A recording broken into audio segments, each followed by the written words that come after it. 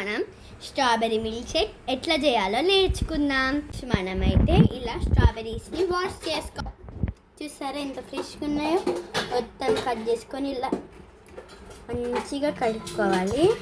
కడుక్కున్న తర్వాత ఇలా మిక్సీలో ఎన్ని స్ట్రాబెర్రీస్ ఉంటే అన్నీ వేసేసుకోవాలి. చూడండి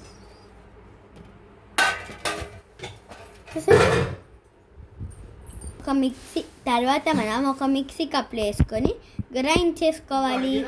నెక్స్ట్ మనము ఇలా గ్రైండ్ కావాలి.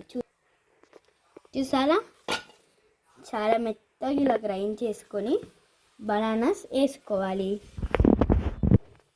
చూడండి బనానాస్ ఒక 3 to 4 వేసుకోండి. నెక్స్ట్ మనం దానికి క్యాప్ పెట్టేసిద్దాం. మీద ఇలా పెట్టేసి గ్రైండ్ చేసుకోండి. నెక్స్ట్ మనం కాసేపు గ్రైండ్ చేసుకున్న తర్వాత మీ దగ్గర ఐస్ క్రీమ్ వేసుకోండి. చూసారా చూడండి బనానాస్ వేసుకొని ఇట్లా గ్రైండ్ చేసుకొని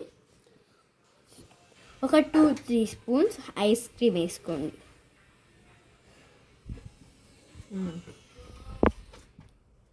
ఒకవేళ మీ దగ్గర ఐస్ క్రీమ్ లేకపోతే పాలు పోసుకోండి, ప్రాబ్లం లేదు. దాని తర్వాత ఐస్ క్రీమ్ వేసుకొని గ్రైండ్ చేసుకోండి మెత్తగా. మనం ఇలా గ్రైండ్ చేసుకుంటే ఇలా కావాలి. పోసుకోండి అందులోనే. మళ్ళీ మిల్క్ కొద్దిగా పోసుకొని గ్రైండ్ చేసుకోండి. నెక్స్ట్ మనం మెత్తగా గ్రైండ్ చేసుకోండి. సైడ్కి పెట్టుకొని గ్లాస్లో పోసుకొని ఇంకా తాగేయడమే. ఒకవేళ మీకు షుగర్ వేసుకోవాలనిపిస్తే వేసుకొని మళ్ళీ మిక్సీ పట్టండి.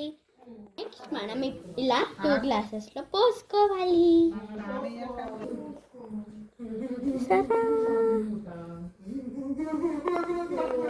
నెక్స్ట్ మనం తాగేయడమే.